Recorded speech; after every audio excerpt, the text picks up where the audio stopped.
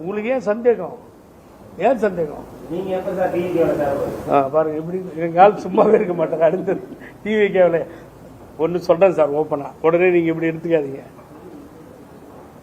11 வருஷம் கேஸ் நடத்தினேன், வெற்றியை வாங்கி கொடுத்தோம். எனக்கு பிணையை கொடுத்த அம்மாவுக்கு வாய்ப்பு அந்த தாய் கொடுத்துச்சு, எல்லாம் நடந்தது. எந்த அரசு பதவியில நான் இல்லை, அதிமுக தொண்டனா இருக்கேன். பச்சை கீழே சைன் பண்ணல, கொள்ளடிக்கல, கெட்ட பேர் இல்லை. நான் எங்க வேணாலும் போகலாம் பிரதர், தாவேக்காவுக்கு போகலாம், இன்னொரு கட்சிக்கு போகலாம், என்னை யாரும் கேட்க முடியாது.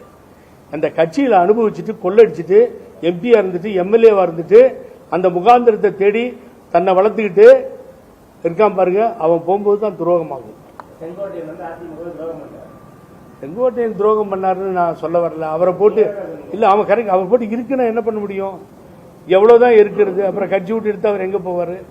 கட்சி விட்டு எடுக்காம நீங்க வச்சிருந்து பாத்துருக்கணும். கட்சி விட்டு எடுக்க 1 வருஷம் 2 வருஷம் 4 வருஷமா போராடுறீங்க. அவரு 1 மாசம் கூட போராடாம கட்சி விட்டு போயிட்டாரு. இல்ல அது வந்து அன்னைக்கு தேதியை குறிச்சாரு, 10 நாள்னாரு. அப்புறம் திருப்பி எல்லாத்தையும் போய் சந்திச்சாரு. சந்திச்ச பின்னாடி தான் அவருக்கு புரியுது செட் ஆகாது அப்படின்னு 3 பேர்த்தையும் போய் தேவரையா பிறந்தநாள் அன்னைக்கு போய் பார்த்தாரு. அதுக்கு பின்னாடி ஒரு டிசிஷன் எடுத்துட்டு அவர் ஒரு ரூட்டை பார்த்து போயிட்டாரு.